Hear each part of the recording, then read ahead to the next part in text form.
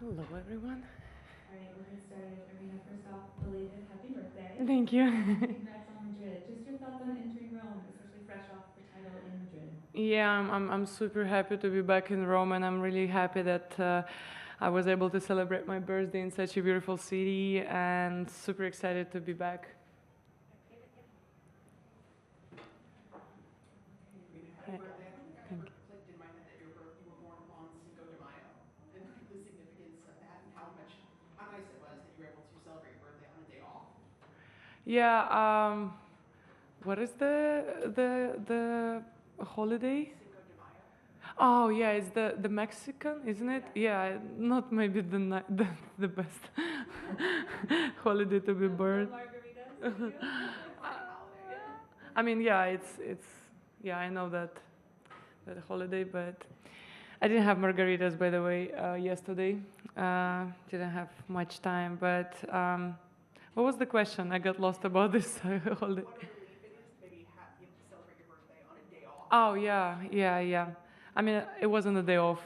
I had tennis and fitness in the morning, but my team made sure that it's like the half of the day I'm practicing and half of the day I'm kind of like celebrating win in Madrid plus my birthday. So I had fun, and yeah, there was a beautiful day, and yeah, much better if I would have to play a match and then I come back home very late and then there is no time to celebrate. So that was good. Hey, Aryna, well done in Madrid. Thank you. I mean, you've had an incredible season making all these finals. Um, you've won a bunch of them, also lost a bunch of them. I'm curious how it is, because when you play in a final, it's great when you win, but I imagine it's also the hardest thing to lose. Yeah. So it's sort of like the best and the worst feeling. And you've gotten to experience it a lot. Some players only experience it once Yeah. or twice a year. So what has that been like? Good problem to have in some ways. I was just about to say that this is the good problem to have. Right, good problem to have, but has it been new for you and hard to like adjust when it doesn't go your way on the ultimate day? Well, honestly, that's a good problem to have, and at the same time, some of the finals I lost were really heartbreaking and were really tough to kind of like accept. But at the same time, I understand that sometimes you just have to learn, and sometimes you're not that good on court, and you just have to accept, learn from that loss, and come back stronger.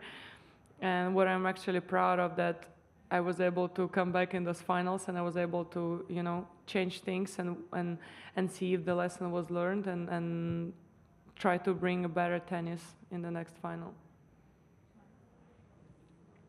Hi. Over the years, I've seen how difficult it can be for players when they face an injured player. Obviously, they're injured, but it can get into your head, right, and make it hard to play freely. For you, what's that experience been like? Have you ever had a time in your career when you struggled against an injured player, and how tough is it in general? Well, right now I don't really remember playing against someone who's injured, but I feel like anyway you have to focus on yourself, and there is like and see what happens on the other side, and if the player is smart enough to stop at the right moment, they're gonna just stop the match, and this is not the best feeling for me to stop the match in that way, but this is not something which is like under my control.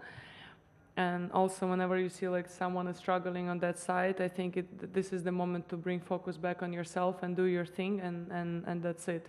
Not to waste your energy on that side, because you cannot change anything, and you cannot say, hey, listen, maybe you should stop.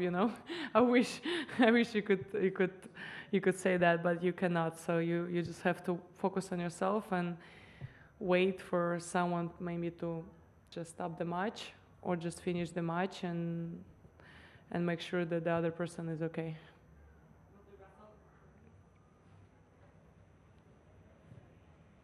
Aryna, I know you had your issues with one or two calls in Stuttgart. What did you make of the electronic line calling on the clay in Madrid?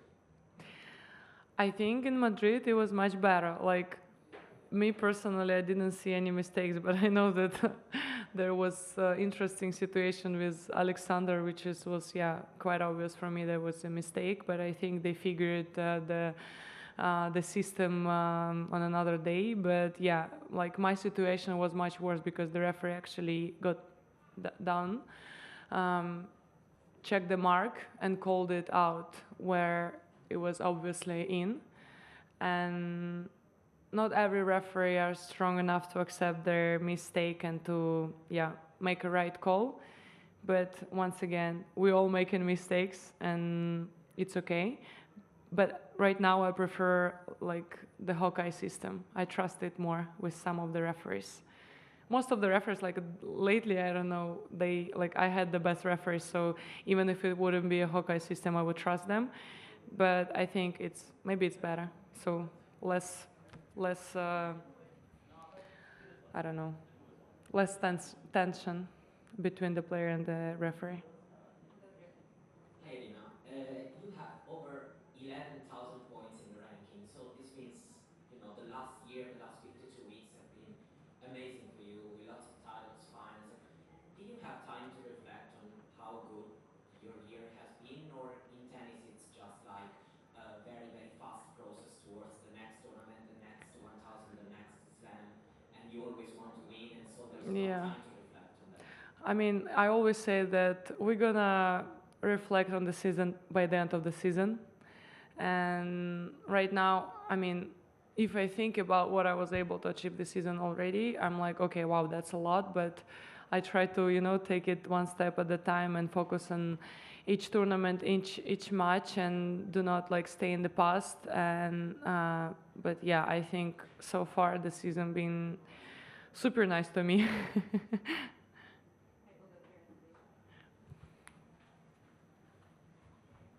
Hi, Aryna. Hi.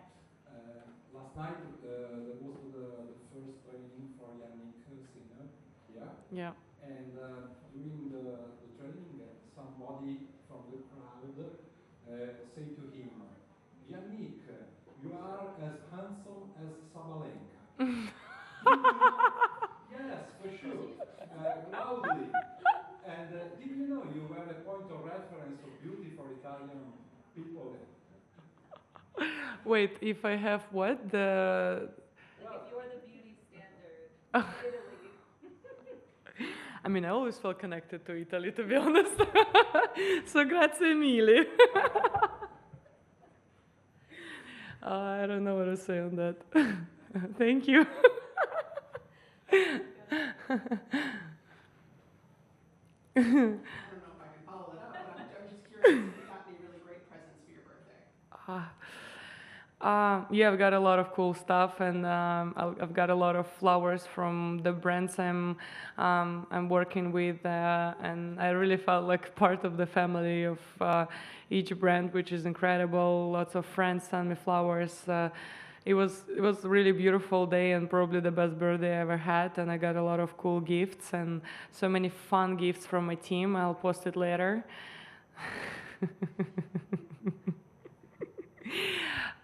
So yeah, it was a fun day. Yeah, I've got watch from my boyfriend. A few months ago, I think you posted on Instagram a picture of the ball, a tennis ball, and you're training. And Yeah. for like 20 minutes or so, it was really fluffed up. Yeah. That's been a big topic on tour Yeah. the past few years, and a lot of players think the balls have been different since COVID, maybe. Just curious what your Yeah. and your works. Yeah, I mean, we have different balls, mostly like on each tournament, and like in the Middle East tournaments, balls were like so heavy on the body, and honestly, like coming back after Australia and play with in those conditions, like where everything is super slow and the balls are super heavy and the balls are getting like this big, and you have to play, and so many players are struggling with like shoulder injury or back injury, I think because of the heaviness of the ball. So I think we need to